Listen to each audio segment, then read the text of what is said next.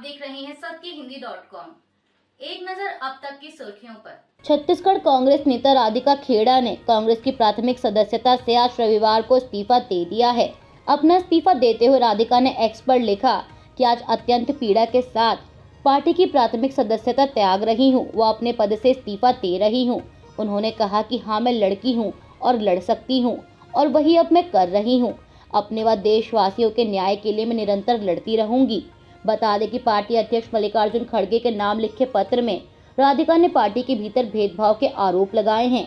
उन्होंने कहा कि रामलला की जन्मभूमि श्री अयोध्या धाम हम सभी के लिए बहुत पवित्र स्थान है और मैं खुद को वहां जाने से नहीं रोक सकी, लेकिन वहां जाने का मुझे इतना विरोध सहना पड़ा, यह मैंने कभी नहीं सोचा था।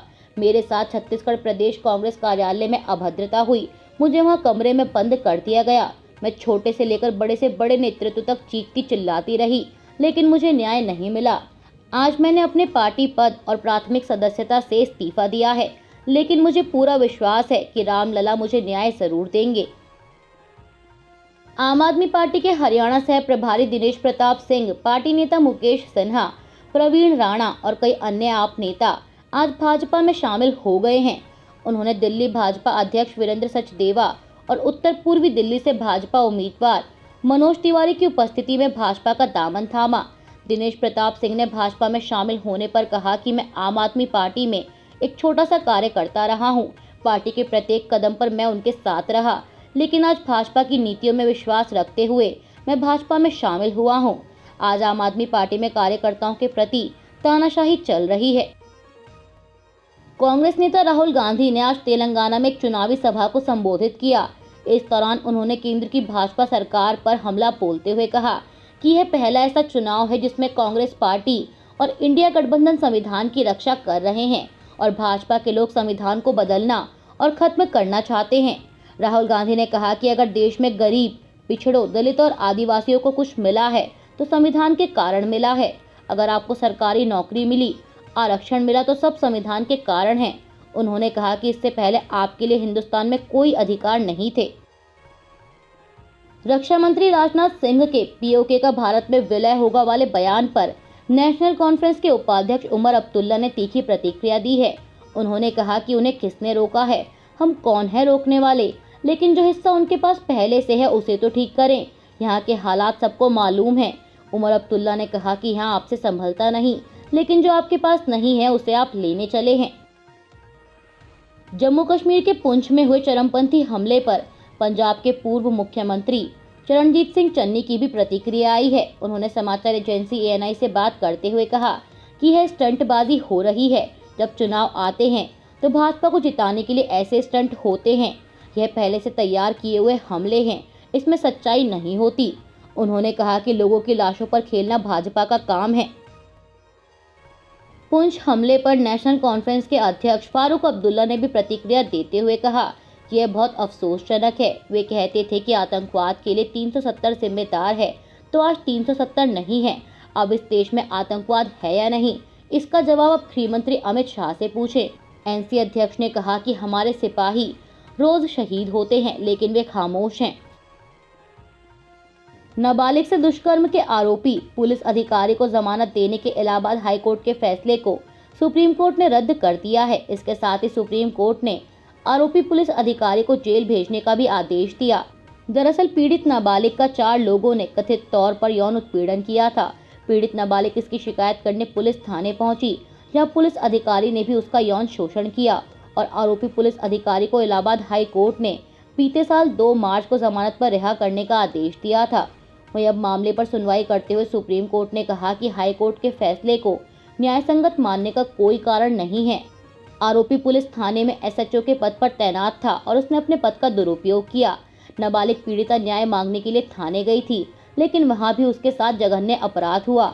अदालत ने कहा कि आरोपी पुलिस अधिकारी को समर्पण करना होगा और अगर वो ऐसा नहीं करता है तो राज्य सरकार जरूरी कदम उठाए और उसे न्यायिक हिरासत में ले।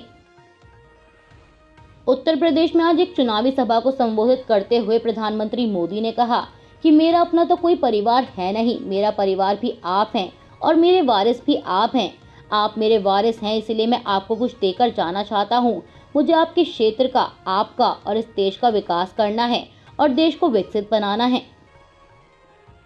केंद्रीय गृह मंत्री अमित शाह ने एनडीए के 400 पार करने को लेकर एक बार फिर दावा किया है कि बीजेपी के नेतृत्व वाला एनडीए लोकसभा चुनाव में 400 सीटें हासिल करने वाला है।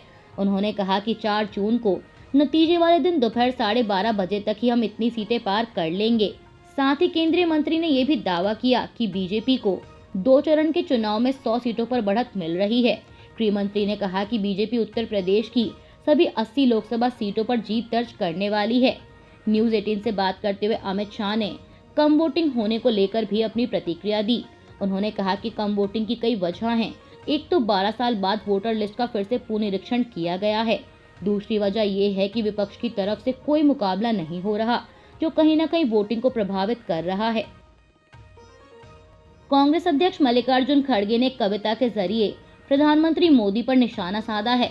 उन्होंने आज पश्चिम बंगाल के मालदा में एक चुनावी सभा को संबोधित करते हुए कहा कि ना कोई राज खतरे में, ना हिंदुस्तान खतरे में, हमको तो लगता है कि सुल्तान खतरे में, ना कोई धर्म खतरे में, ना कोई ईमान खतरे में, सियासत में पड़े सारे बेईमान खतरे में, सच पूछिए तो एक बस इंसान खतरे में, इंसानियत की पड़ गई पहचान खतरे में, इसकी वजह से धरती आसमान खतरे में, चुनावी चाल है जो सबको आपस में लड़ाते हैं, नहीं है राम खतरे में और ना रहमान खतरे में, मोदी जी गारंटी पर गारंटी देते हो, दिख रहा है कुर्सी का अरमान खतरे में।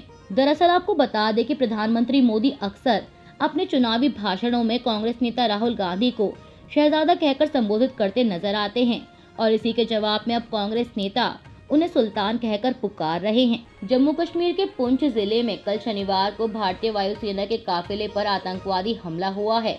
इस हमले में 5 जवान घायल हुए, जिनमें से एक की मौत हो गई है। एनडीटीवी की एक रिपोर्ट के मुताबिक अधिकारियों द्वारा यह जानकारी दी गई।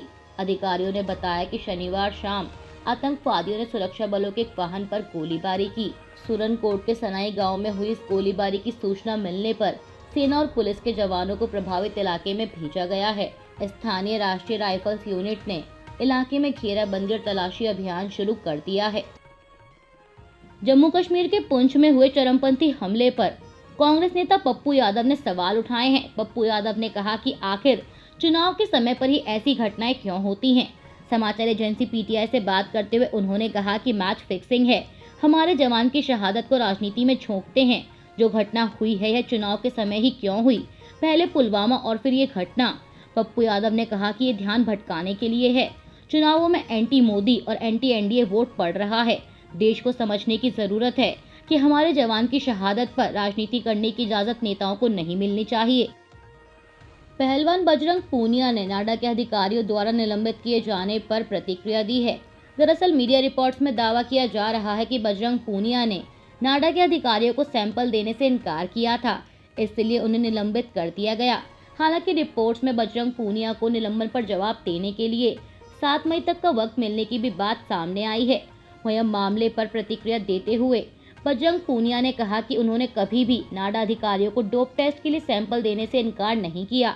उन्होंने एक्स पर लिखा कि मेरे बारे में जो डोप टेस्ट के लिए खबरें आ रही हैं, उसके लिए मैं स्पष्ट करना चाहता हूं कि मैंने कभी भी नाडा अधिकारियों को सैंपल देने से इनकार नहीं किया। बजरंग पूनिया ने एक पुराना वीडियो शेयर करते हुए कहा कि मैंने उनसे अनुरोध किया था कि वे मुझे जवाब दें कि उन्होंने पहले मेरा सैंपल लेने के लिए जो एक्सपायरी किट लाई थी उस पर उन्होंने क्या कदम उठाई या क्या कार्रवाई की, उसका जवाब दे दीजिए और फिर मेरा डोप टेस्ट ले लीजिए।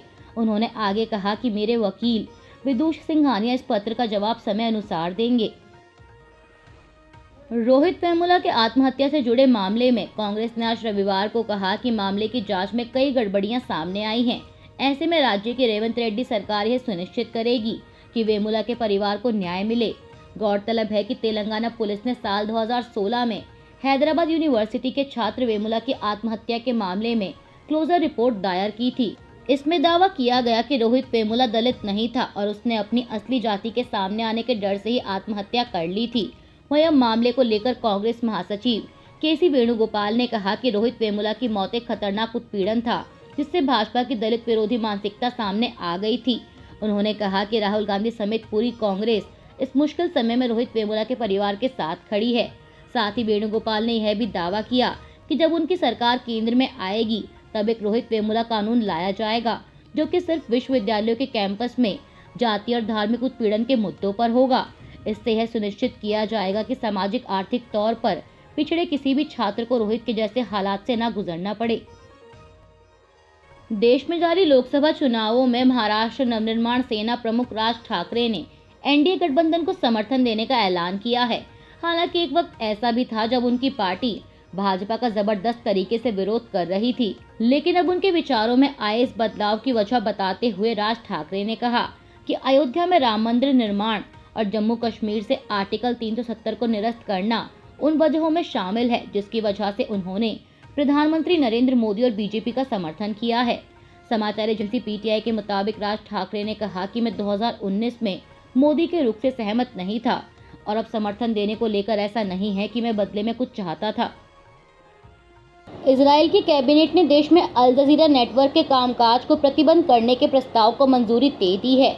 बता दें कि इजरायली सरकार लंबे समय से अल जजीरा चैनल पर इजराइल विरोधी पक्षपात करने का आरोप लगाती रही है और 7 अक्टूबर को इजराइल पर हमास के हमले के बाद से अल जजीरा चैनल पर इजराइल की आलोचना और सख्त हो गई है। वहीं इजरायली प्रधानमंत्री इस चैनल को आतंकवादियों से नियंत्रित बताते रहे हैं। साथ ही बता दें कि अल जजीरा चैनल में कतर सरकार की भी हिस्सेदारी है और गजा के भीतर इस समय जो कुछ चुनिंदा पत्रकार रिपोर्टें भेज पा रहे हैं उनमें अल जजीरा के पत्रकार भी शामिल हैं।